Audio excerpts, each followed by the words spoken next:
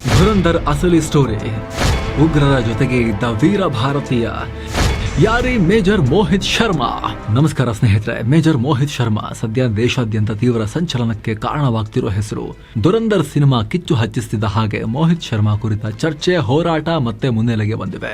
ಈ ಸಿನಿಮಾವನ್ನ Mohit ಶರ್ಮಾರ real life story ಆಧರಿಸಿ ಪಾಕಿಸ್ತಾನದ ಎದೆಯ ಒಳಗೆ ನುಗ್ಗಿ ಬಾಗೆದು ಹೊರತೆಗೆದ ನಮ್ಮ ವೀರ ಯೋಧನ ರಿಯಲ್ ಲೈಫ್ ಮೇಲೆ ಮಾಡಿದ್ದಾರೆ ಅಂತ ಹೇಳಿ ಫ್ಯಾಮಿಲಿಯವರೇ ಇದನ್ನು ಕ್ಲೇಮ್ ಮಾಡಿದ್ರೆ ಸಿನಿಮಾ ತಂಡ ನಯವಾಗಿ ನಿರಾಕರಿಸಿದೆ. ಇಷ್ಟರ ಮೇಲೂ ಕೂಡ ಮೋಹಿತ್ರ ಬಗ್ಗೆ, ಅವರ ಉಗ್ರ ವೇಷದ ಬಗ್ಗೆ, ಈ ಧುರಂಧರ್ಗೆ ಸ್ಫೂರ್ತಿಯಾದ ಪಾಕಿಸ್ತಾನದ ಕರಾಚಿಯ ನಟೋರಿಯಸ್ ಜಗತ್ತಿನ ಬಗ್ಗೆ ಕುತೂಹಲ ಹೆಚ್ಚಾಗ್ತಿದೆ.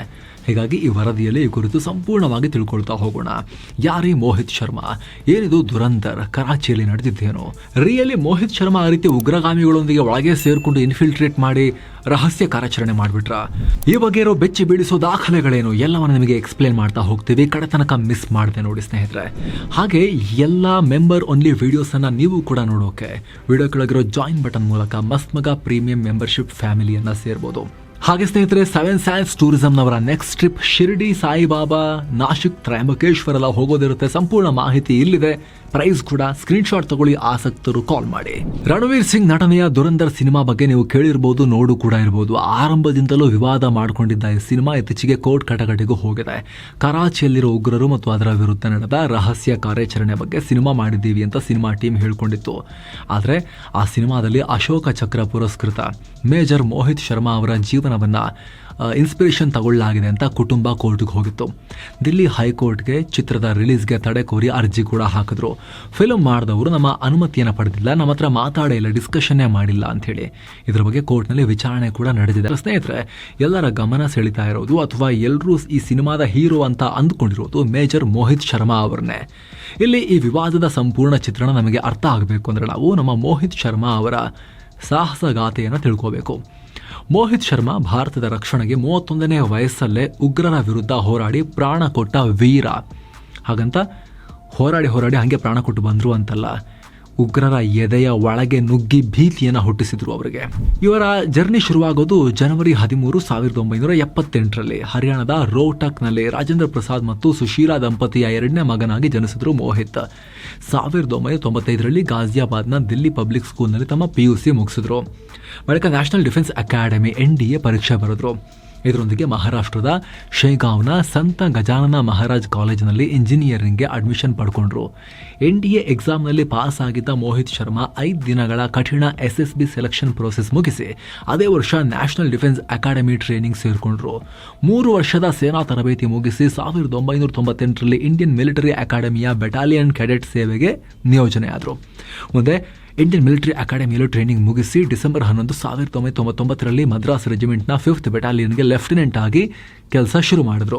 ನೆಕ್ಸ್ಟ್ 2002ರಲ್ಲಿ ಮೋಹಿತ್ ಶರ್ಮಾ ಪ್ಯಾರಾ ಸ್ಪೆಷಲ್ ಫೋರ್ಸಸ್ಗೆ ವಾಲಂಟಿಯರ್ ಆಗಿ ಸೇರಿಕೊಂಡ್ರು. ಭಾರತದ ಅತ್ಯಂತ ಕಷ್ಟದ ಸೆಲೆಕ್ಷನ್ ಪ್ರಾಸೆಸ್ ಆಗಿರೋ ಪ್ಯಾರಾ SF ಪಾಸ್ ಮಾಡಿ ಅಲ್ಲೂ ಸೈ ಎನಿಸ್ಕೊಂಡ್ರು. ಸ್ನೇಹಿತರೆ, ನಿಮಗೆ ಗೊತ್ತಿರಲಿ ಇದೆಷ್ಟು ಕಷ್ಟದ್ದು ಅಂದರೆ ಈ ಪರೀಕ್ಷೆಗೆ ಬಂದ 90% ಜನ ಬೇಸಿಕ್ ಟೆಸ್ಟಿಂಗ್ ಕೂಡ ಪೂರ್ತಿ ಮಾಡೋಕೆ ಆಗೋದಿಲ್ಲ. ಏನೋ ಇನಿಷಿಯಲ್ ಸ್ಕ್ರೀನಿಂಗ್ ಅಂದರೆ ಎಂಟ್ರೆನ್ಸ್ ಟೆಸ್ಟ್ನಲ್ಲಿ ಒಬ್ಬ ಯೋಧ 100% ಫಿಸಿಕಲ್ ಫಿಟ್ನೆಸ್ ಹೊಂದಿರಬೇಕು. ಈ ಪ್ಯಾರಾ SFನ training parachute regiment training centre PRTCನಲ್ಲಿ ಆಗುತ್ತೆ. ತರಬೇತಿ ಪಡಿತಿರೋ ಪ್ರತಿ ಅಭ್ಯರ್ಥಿ ಇಂಟೆನ್ಸ್ ಫಿಸಿಕಲ್ ಹಾಗೂ ಮೆಂಟಲ್ ಟೆಸ್ಟ್ಗೆ ಒಳಗಾಗ್ತಾರೆ. ಫಿಸಿಕಲ್ ಟೆಸ್ಟ್ನಲ್ಲಿ 100 ಕಿಲೋಮೀಟರ್ ಎಂಡ್ಯೂರೆನ್ಸ್ ಓಟ ಓಡಬೇಕು. 100 ಕಿಲೋಮೀಟರ್ಸ್ ಇದನ್ನು ಓಡೋದೇ ಒಂದು ದೊಡ್ಡ ಚಾಲೆಂಜ್. ಯಾಕಂದರೆ ನೀರು, ನಿದ್ರೆ, ಊಟ ಅತಿ ಕಮ್ಮಿ ಪ್ರಮಾಣದಲ್ಲಿ ಕೊಡಲಾಗುತ್ತೆ. ಈ ರೀತಿ ಅತ್ಯಂತ ಕಠಿಣ ಟೆಸ್ಟ್ ಮುಗಿಸಿದ ಮೋಹಿತ್ ಶರ್ಮಾ ಜೂನ್ 2003ರಲ್ಲಿ ಪ್ಯಾರಾ ಸ್ಪೆಷಲ್ ಫೋರ್ಸಸ್ನ ಕಮಾಂಡೋ ಆಗಿ ನೇಮಕಗೊಂಡರು. ಇಲ್ಲಿಂದ ನಮ್ಮ ಮೋಹಿತ್ ಅವರ para commando special forces journey ಶುರುವಾಯಿತು. 2004ರಲ್ಲಿ ಮೋಹಿತ್ ಶರ್ಮಾ ಕಾಶ್ಮೀರದ ಶೋಪಿಯಾನ್ನಲ್ಲಿ ರಹಸ್ಯ ಕಾರ್ಯಾಚರಣೆಯೊಂದಕ್ಕೆ ಇಳಿದ್ರು. ಮಿಷನ್ ಶುರುವಾದ ಕೆಲವೇ ದಿನಗಳಲ್ಲಿ ಅದೃಶ್ಯ ಆದರು. ಲಭ್ಯವಿರೋ ಓಪನ್ ಸೋರ್ಸ್ ಮಾಹಿತಿ ಪ್ರಕಾರ ಮೋಹಿತ್ ಉಗ್ರಗಾಮಿಗಳೊಂದಿಗೆ ಕಾಂಟ್ಯಾಕ್ಟ್ ಅನ್ನು ಎಸ್ಟಾಬ್ಲಿಷ್ ಮಾಡುವಲ್ಲಿ ಯಶಸ್ವಿಯಾಗ್ತಾರೆ. ಈ ಆಪರೇಷನ್ನಲ್ಲಿ ಹಿಜ್ಬುಲ್ ಮುಜಾಹಿದೀನ್ ಉಗ್ರ ಜಾಲದ ಒಳಗೆ ಇನ್ಫಿಲ್ಟ್ರೇಟ್ ಆಗ್ತಾರೆ. ಅವರು ನಮ್ಮಲ್ಲಿ ಒಳನುಸುಳುವಿಕೆ ಮಾಡ್ತಾರಲ್ಲ, ಇವರು ಅದಕ್ಕೆ ಪ್ರತಿಯಾಗಿ ಉಗ್ರ ಗ್ಯಾಂಗ್ ಒಳಗಡೆ ಒಳನುಸುಳುವಿಕೆ ಮಾಡಿ ಸೇರ್ಕೊಂತಾರೆ.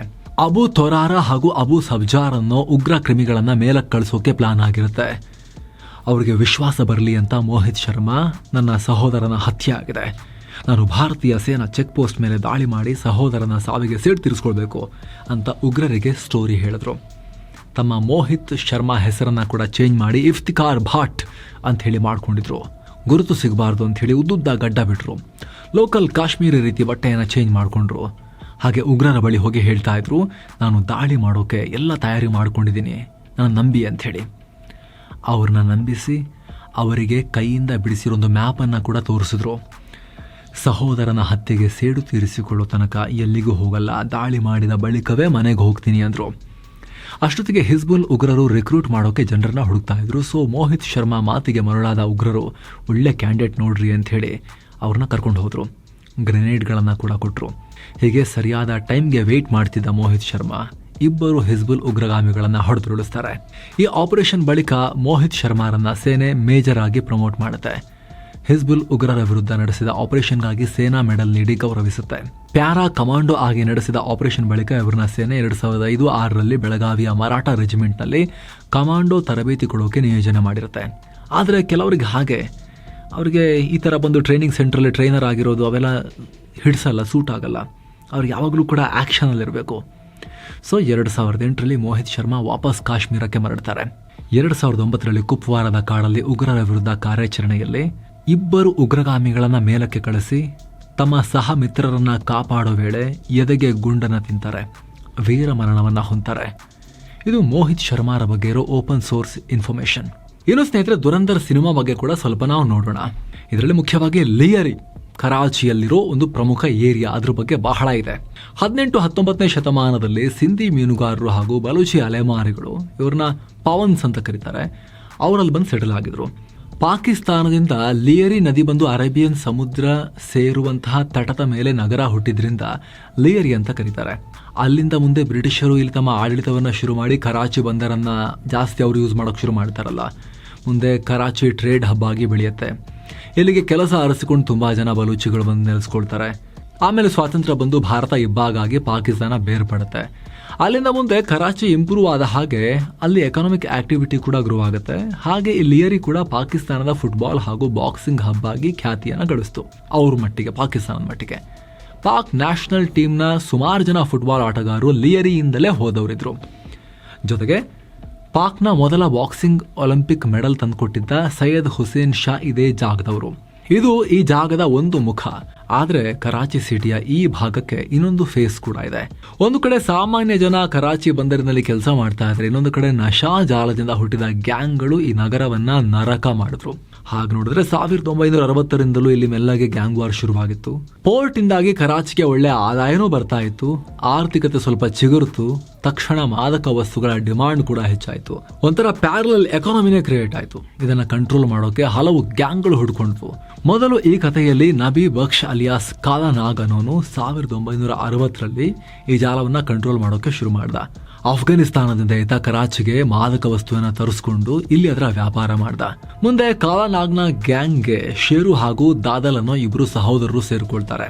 ಕಾಲಾನಾಗ್ ಇವರಿಗೆ ಮಾದಕ ಜಾಲದ ಆಪರೇಷನ್ ಬಗ್ಗೆ ಟ್ರೈನಿಂಗ್ ಕೊಟ್ಟು ಬೆಳೆಸ್ತಾನೆ. ಮುಂದೆ ಈ ಶೇರು ಮತ್ತು ದಾದಲ್ ಸಹೋದರರು ತಮ್ಮ ಗುರು ಕಾಲಾನಾಗ್ ವಿರುದ್ಧನೇ ತಿರುಗಿ ಬೀಳ್ತಾರೆ. ಈ ಎರಡು ಗ್ಯಾಂಗ್ಗಳ ನಡುವೆ ರೈವಲ್ರಿ ಶುರುವಾಗುತ್ತೆ. ಕಾಲಾನಾಗ್ ಬಿಸ್ನೆಸ್ ಮೇಲೆ ಈ ಸಹೋದರರು ಅತಿಕ್ರಮಣ ಮಾಡ್ತಾರೆ. ಮುಂದೆ 1967ರಲ್ಲಿ ಪೊಲೀಸ್ ಎನ್ಕೌಂಟರ್ ಒಂದರಲ್ಲಿ ಕಾಲಾನಾಗ್ನ ಹತ್ಯೆ ಆಗುತ್ತೆ. ಮಾರ್ಕೆಟ್ ನಲ್ಲಿ ಕಾಲಾನಾಗ್ ಅನ್ನೋ ದೊಡ್ಡ ತಲೆ ಉರುಳಿದಾಗ ಶೇರು ಮತ್ತು ದಾದಲ್ ನಡುವೆ ಆಮೇಲೆ ಸ್ಪರ್ಧೆ ಶುರುವಾಗುತ್ತೆ. ಈ ನಡುವೆ ಹಾಜಿ ಲಾಲು ಅಲಿಯಾಸ್ ಲಾಲ್ ಮೊಹಮ್ಮದ್ ಅನ್ನೋನು ದಾದಲ್ ಜೊತೆ ಸೇರ್ಕೊಂಡು ಮಾದಕ ದಂಧೆಯನ್ನ ಇನ್ನಷ್ಟು ಬೆಳೆಸ್ತಾನೆ. ಮುಂದೆ ಹಾಜಿ ಲಾಲು ಹಾಗೂ ದಾದಲ್ ಕೂಡ ಸಪರೇಟ್ ಆಗ್ತಾರೆ. ಅಲ್ಲಿಂದ ದೊಡ್ಡ ಮಟ್ಟದ ಸಂಘರ್ಷ ಮತ್ತೆ ಕಂಟಿನ್ಯೂ ಆಗುತ್ತೆ. ನೆಮ್ಮದಿ ಇಲ್ಲ ಇವರಿಗೆ, ಕಂಟಿನ್ಯೂಸ್ ಇದು. ಜೊತೆಗೆ ಈ ಗ್ಯಾಂಗ್ ವಾರ್ಗಳಿಗೆ ರಾಜಕೀಯವಾಗಿಯೂ ಸಪೋರ್ಟ್ ಸಿಗೋಕೆ ಶುರುವಾಗುತ್ತೆ. ಪಾಕಿಸ್ತಾನ್ ಪೀಪಲ್ಸ್ ಪಾರ್ಟಿ, ಯಾವುದು ಭುಟ್ಟೋಗಳ ಪಕ್ಷ, ಈಗ ಬಿಲಾವಲ್ ಭುಟ್ಟೋ ಇದಾನಲ್ಲ, ಈ ಹಿಂದೆ ಅವರ ತಾತ ಅಮ್ಮ ಎಲ್ಲ ಪಾಕಿಸ್ತಾನದ ಪ್ರೈಮ್ ಮಿನಿಸ್ಟರ್ಗಳಾಗಿದ್ರು. ಇವಾಗಲೂ ಈತನ ಅಪ್ಪ ಬಿಲಾವಲ್ ಜರ್ದಾರಿ ಭುಟ್ಟೋ ಅವರು ಪ್ರೆಸಿಡೆಂಟ್ ಪಾಕಿಸ್ತಾನದ್ದು. ಹಿಂದೆ ತಾತ ಜುಲ್ಫಿಕರ್ ಅಲಿ ಭುಟ್ಟೋ, ಅಮ್ಮ ಬೆನಜೀರ್ ಭುಟ್ಟೋ ಅವರೆಲ್ಲ ಪ್ರೈಮ್ ಮಿನಿಸ್ಟರ್ ಆಗಿದ್ರು ಪಾಕಿಸ್ತಾನದಲ್ಲಿ. ಸೊ ಇಂತಹ ಪಾಕಿಸ್ತಾನ್ ಪೀಪಲ್ಸ್ ಪಾರ್ಟಿ ತನ್ನ ರಾಜಕೀಯ ಬೇಳೆ ಬೇಯಿಸ್ಕೊಳ್ಳೋಕೆ ಮಾದಕ ಗ್ಯಾಂಗ್ಗಳಿಗೆ ಸಪೋರ್ಟ್ ಮಾಡ್ತಾ ಬಂತು. ಇದರಲ್ಲಿ ಜುಲ್ಫಿಕರ್ ಅಲಿ ಭುಟ್ಟೋ ಪ್ರೈಮ್ ಮಿನಿಸ್ಟರ್ ಆಗಿಂತ ಮುಂಚೆ ವಿದೇಶಾಂಗ ಮಂತ್ರಿ ಎಲ್ಲ ಆಗಿದ್ರಲ್ಲ, ಆ ಟೈಮ್ನಲ್ಲೇ ಈ ಲಿಯರಿ ಗ್ಯಾಂಗ್ ವಾರ್ನ ಉಜೈರ್ ಬಲೂಚ್ ಅನ್ನೋ ವ್ಯಕ್ತಿಗೆ ಸಪೋರ್ಟ್ ಮಾಡೋಕೆ ಶುರು ಮಾಡಿದ್ರು ಅವರು. ಇದರಿಂದ ಯಾವುದೇ ಆತಂಕ ಇಲ್ಲದೆ ಒಂದಾದ್ಮೇಲೆ ಒಂದು ಗ್ಯಾಂಗ್ಗಳು ಇಲ್ಲಿ ಆಪರೇಟ್ ಆಗೋಕೆ ವ್ಯವಸ್ಥೆ ಆಗ್ತಾ ಇತ್ತು. ಈ ಮಾದಕ ಜಾಲಕ್ಕೆ ರಾಜಕೀಯದ ನೆರಳು ಬಿದ್ದ ಮೇಲಂತೂ ಗ್ಯಾಂಗ್ಗಳು ಇನ್ನೂ ಜೋರಾಗಿ ಬೆಳೆದವು. ಅದಾದ್ಮೇಲೆ 2000ದಿಂದ ಈ ಕಡೆ ಪೊಲೀಸ್ ಹಾಗೂ ಸರ್ಕಾರ ಗ್ಯಾಂಗ್ ವಾರ್ ಮಟ್ಟ ಹಾಕೋಕೆ ಅಂತ ಪ್ರಯತ್ನ ಮಾಡಿದ್ರು. ಆದರೆ ಅದು ಸಾಧ್ಯ ಆಗಲ್ಲ. 2008ರವರೆಗೂ ಹೀಗೆ ಕಂಟಿನ್ಯೂ ಆಗುತ್ತೆ. ಒಂದಾದ್ಮೇಲೆ ಒಂದು ಗ್ಯಾಂಗ್ ಹುಡ್ಕೊಳ್ತಾನೆ ಇರುತ್ತೆ, ಬೆಳಿತಾನೆ ಇರುತ್ತೆ. 2008ರಲ್ಲಿ PPP ಪಕ್ಷ ಲಿಯರಿ ಮೇಲೆ ಕಂಟ್ರೋಲ್ ಸಾಧಿಸೋಕೆ ಒಂದು ಪ್ಲಾನ್ ಮಾಡ್ತು. ಅದರಲ್ಲಿ ಅಂದು ಕೂಡ ಪಾಕಿಸ್ತಾನದ ಪ್ರೆಸಿಡೆಂಟ್ ಆಗಿದ್ದ ಆಸಿಫ್ ಅಲಿ ಜರ್ದಾರಿ ರಹಮಾನ್ ಡಕಾಯ್ತ್ ಅನ್ನೋನಿಗೆ ಲಿಯರಿಯನ್ನ ಕಂಟ್ರೋಲ್ ಮಾಡೋ ಜವಾಬ್ದಾರಿಯನ್ನ ಕೊಟ್ರು. ಈತ ಪೀಪಲ್ ಅಮನ್ ಪಾರ್ಟಿ ಅನ್ನೋ ಪಕ್ಷವನ್ನ ಹುಟ್ಟಾಕಿ ಲಿಯರಿಯಲ್ಲಿ ತನ್ನ ಕರಾಮತ್ತನ್ನ ಶುರು ಮಾಡ್ತಾನೆ. ಸಣ್ಣ ಪುಟ್ಟ ಕ್ರೈಮ್ ಮಾಡ್ತಿದ್ದವರನ್ನ ಕೂಡ ಹತ್ಯೆ ಮಾಡ್ತಾನೆ. ಲೋಕಲ್ ಹೀರೋ ಆಗ್ತಾನೆ. ಪೂರ್ತಿ ನಶಾ ಜಾಲದಿಂದ ಹಣ ಗಳಿಸಿ ಮನ ಬಂದಂತೆ ದಾಳಿ ಗ್ಯಾಂಗ್ ವಾರನ್ನ ನಡೆಸೋಕ್ ಶುರು ಮಾಡ್ತಾನೆ. ಕಾಲಾನಂತರ PPP ಒಂದಿಗೂ ಕೂಡ ಈತನ ಸಂಬಂಧ ಹಳಿಸುತ್ತೆ. ಇದರಿಂದ ಪಾಕ್ ಸರ್ಕಾರ ಏನ್ ಮಾಡುತ್ತೆ, ಈತ ಕಂಟ್ರೋಲ್ ಮೀರಿ ಹೋಗ್ತಿದ್ದಾನೆ ಅಂತ ಹೇಳಿ ಆಮೇಲೆ ಈತನ ಎನ್ಕೌಂಟರ್ ಮಾಡಿಸ್ಬಿಡುತ್ತೆ. ಬಳಿಕ ಲಿಯರಿಯಲ್ಲಿ ಈತನ ತಮ್ಮ ಉಜೈರ್ ಬಲೋಚ್ ದಂಧೆ ಮುಂದುವರಿಸ್ತಾನೆ.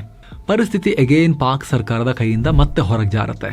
ಇದರಿಂದ 2011ರಲ್ಲಿ ಪಾಕ್ ಸರ್ಕಾರ ಈ ಪೀಪಲ್ ಅಮನ್ ಪಾರ್ಟಿಯನ್ನ ಬ್ಯಾನ್ ಮಾಡ್ತು. ಅಲ್ಲಿಂದ ಸರ್ಕಾರ ಈ ಗ್ಯಾಂಗ್ ಲೀಡರ್ಗಳ ಬಂಧನ ಮತ್ತು ಎನ್ಕೌಂಟರ್ ಮಾಡೋಕೆ ಶುರು ಮಾಡ್ತು. 2012ರಲ್ಲಿ ಲಿಯರಿಯಲ್ಲಿ ಈ ಗ್ಯಾಂಗ್ಗಳನ್ನ ಮಟ್ಟ ಹಾಕೋಕೆ ಪೂರ್ಣ ಪ್ರಮಾಣದ ಆಪರೇಷನ್ ಶುರುವಾಯಿತು. ಪಾಕ್ ಸರ್ಕಾರ ಪೊಲೀಸ್ ಹಾಗೂ ಪ್ಯಾರಾಮಿಲಿಟರಿ ಕಾರ್ಯಾಚರಣೆಯನ್ನ ಶುರು ಮಾಡ್ತು. ಆದ್ರೆ ಪ್ರಯೋಜನಕ್ಕೆ ಬರೋದಿಲ್ಲ. ಇವರ ಅಬ್ಬರ ಯಾವ ಲೆವೆಲ್ಗಿತ್ತು ಅಂತ ಹೇಳಿದ್ರೆ ಸ್ನೇಹಿತರೆ, ರಾಕೆಟ್ ಲಾಂಚರ್ ಅನ್ನ ಕೂಡ ಇಟ್ಕೊಂಡು ಸೇನೆ ಮೇಲೇನೆ ಪ್ರತಿದಾಳಿ ಮಾಡ್ತಾ ಇದ್ರು. ಆ ಲೆವೆಲ್ಗಿದ್ರು ಇವರು.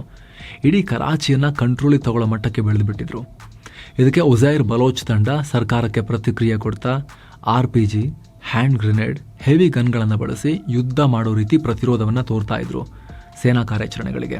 ಆದ್ರೆ ಇನ್ನೇನು ಆಪರೇಷನ್ ಮುಗಿಬೇಕು ಅನ್ನೋ ಅಷ್ಟರಲ್ಲಿ ಮಾಜಿ ಪ್ರಧಾನಿ ನವಾಜ್ ಶರೀಫ್ ಬಂದು ಇಲ್ಲಿ ಬಹಳ ಹಿಂಸಾಚಾರ ಆಗ್ತಿದೆ ರೀ ಅಂತ ಹೇಳಿ ಆಪರೇಷನ್ ನಿಲ್ಲಿಸಿಬಿಡ್ತಾರೆ. ಬಳಿಕ 2020ನೇ ಇಸ್ವಿಯಲ್ಲಿ ಪಾಕಿಸ್ತಾನ ಸೇನೆ ಪೂರ್ತಿ ಲಿಯಾರಾದ ಗ್ಯಾಂಗ್ ವಾರ್ಗೆ ಭಾರತ ಸಪೋರ್ಟ್ ಮಾಡ್ತಿದೆ ಅಂತ ಹೇಳಿ ಆರೋಪ ಮಾಡ್ತು. ಭಾರತದ ರಾನ ಸಿಬ್ಬಂದಿ ಕರಾಚಿಯನ್ನ ಡಿಸ್ಟೆಬಿಲೈಸ್ ಮಾಡೋಕೆ ಲಿಯಾರಾದಲ್ಲಿ ಗ್ಯಾಂಗ್ ವಾರ್ ಶುರು ಮಾಡಿಸಿದ್ರು ಅನ್ನೋ ಆರೋಪಗಳನ್ನ ಪಾಕಿಸ್ತಾನ ಸೇನೆ ಮಾಡ್ತು, ಪಾಕಿಸ್ತಾನ ಸರ್ಕಾರ ಮಾಡ್ತು. ಆದರೆ ಯಾವುದೇ ಸಾಕ್ಷ್ಯವನ್ನ ಕೊಡ್ಲಿಲ್ಲ, ಅವರು ಆರೋಪ ಮಾಡಿದ್ರು. ಸೊ ಎಲ್ಲ ಅಂಶಗಳನ್ನ ಆಧರಿಸಿ ದುರಂದರ್ ಸಿನಿಮಾದಲ್ಲಿ ಒಂದಷ್ಟು ಸಿನಿಮ್ಯಾಟಿಕ್ ಟಚ್ ಅನ್ನ ಕೂಡ ಕೊಟ್ಟು ಆ ಕ್ರೂರ ಲೋಕವನ್ನ ತೋರಿಸಲಾಗಿದೆ. ಈ ಸಿನಿಮಾದುದ್ದಕ್ಕೂ ಕೂಡ ಅತಿಯಾದ ಹಿಂಸೆ ಇದೆ ಅನ್ನೋ ಟೀಕೆ ಕೂಡ ಇದೆ. ನೀವು ಈ ಸಿನಿಮಾವನ್ನು ನೋಡಿದ್ದೀರಾ ಸ್ನೇಹಿತರೆ? ಟ್ರೇಲರ್ ಆದರೂ ನೋಡಿದ್ದೀರಾ? ನೋಡೋಕ್ಕಾಯ್ತಾ ನಿಮಗೆ ಕಂಡುಬಿಟ್ಟು ಪೂರ್ತಿ ಟ್ರೇಲರನ್ನು? ಕಾಮೆಂಟ್ ಮಾಡಿ ತಿಳಿಸಿ.